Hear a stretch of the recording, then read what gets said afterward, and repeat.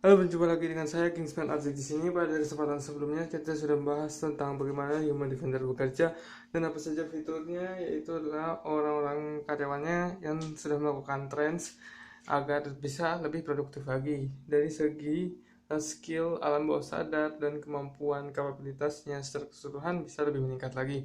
Termasuk juga si perusahaan itu sendiri dalam mengembangkan teknologinya seperti otomatisasi menggunakan conveyor belt.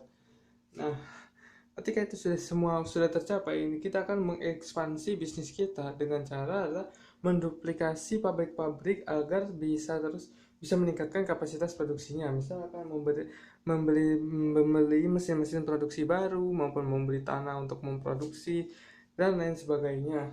Kemudian dari segi pos-pos perusahaan, pabrik itu kita harus diberikan sebuah kotak saran, kritik dan saran dengan menggunakan sistem yang tersembunyi namun secara transparan yang mengadopsi sistem whistleblowing system yang akan memberikan kritik dan saran bagi si perusahaan tersebut, karyawannya, petugas-petugasnya, maupun saran-saran pengembangan dari segi mesin dan teknologinya.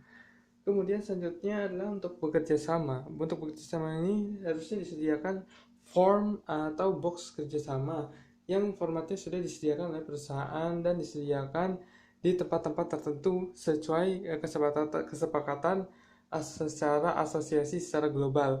Misalkan saja ditaruh di pos-pos pos security, pos keamanan. Nah, di situ ada form-form untuk mengadakan kerjasamanya sudah terlatih, satpamnya sudah terlatih untuk melakukan pengadaan form-form kerjasama tersebut untuk mengisi formnya dan lain sebagainya.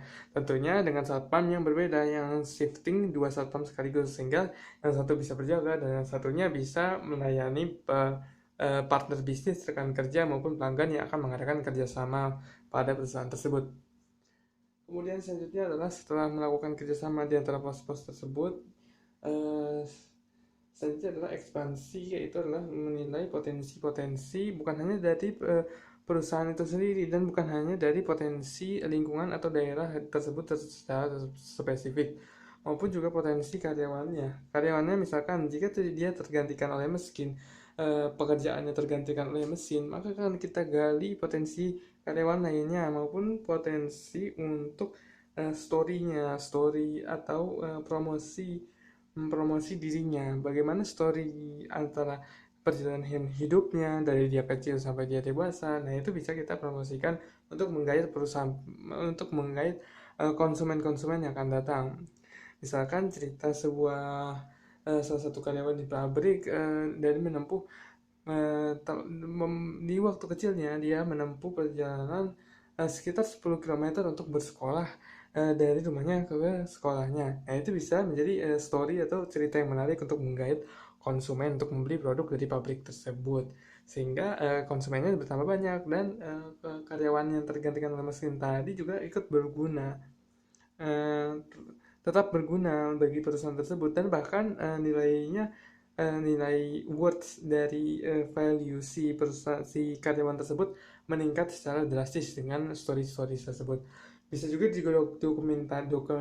bisa juga didokumentasikan dalam berupa CD, e-book, buku, seminar dan lain sebagainya yang akan disponsori oleh produk-produk dari si perusahaan tersebut. Misalnya saja kebab. Ketika seminar, perusahaan akan mensponsori dengan mengiklan di seminar tersebut dengan kebab, dengan logo atau lambang kebab yang besar sehingga awareness atau catching atau perhatian konsumen atau calon konsumen dapat tertuju sepenuhnya kepada produk dari si perusahaan tersebut. Nah, pun tetap tidak menghilangkan, namun tetap tidak menghilangkan nilai atau value dari cerita yang akan diceritakan oleh si karyawan perusahaan tersebut. Begitu. Oke, pada dasarnya manusia itu unik. Kita akan menggali potensinya, apa yang menarik dari sisi manusia tersebut. Kemudian itu akan menggait konsumen menggunakan marketing lanjutan yang akan meningkatkan sales maupun keuntungan dari si perusahaan tersebut, sehingga dapat meningkatkan kerjasama antara bidang lainnya yang akan berpotensi memakmurkan seluruh rakyat miskin agar terus memproduksi secara sinergis. Seperti misalkan kebab.